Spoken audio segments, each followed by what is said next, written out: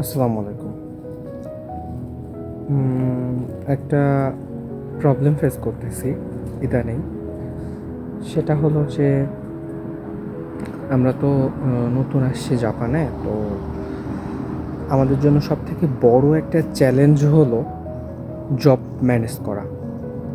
তো মানে আমাদের বাংলাদেশ থেকে আমরা যে ভাষাটা শিখি, আমরা যে ভাষায় আমরা বাংলাদেশ থেকে N5 পাস করি বা N4 পাস করি, আমরা যে জাস্ট পাস করি, আমাদের তো কথা বলার ফ্লুয়েন্সি নাই।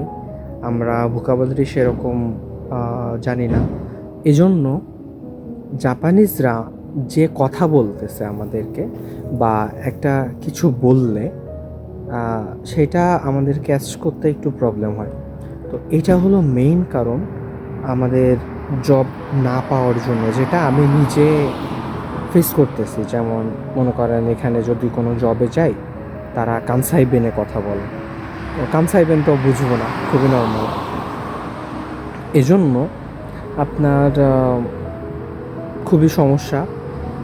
বিশেষ করে চলা, আপনার জব ম্যানেজ করা, এটা সবথেকে ডিফিকাল্ট হয়ে যায়। কারণ ওরা বলে যে তুমি যেহেতু ভাষা পারো না, তাহলে তোমাকে আমরা কেন জব দেব, কাইন্ড অফ এরকম ওদের চিন্তাভাবনা। বাট যারা মনে করেন যে একটু পারে বা যারা বুঝতে পারে, তাদের আবার এটা হয়, একটু কষ্ট হয়।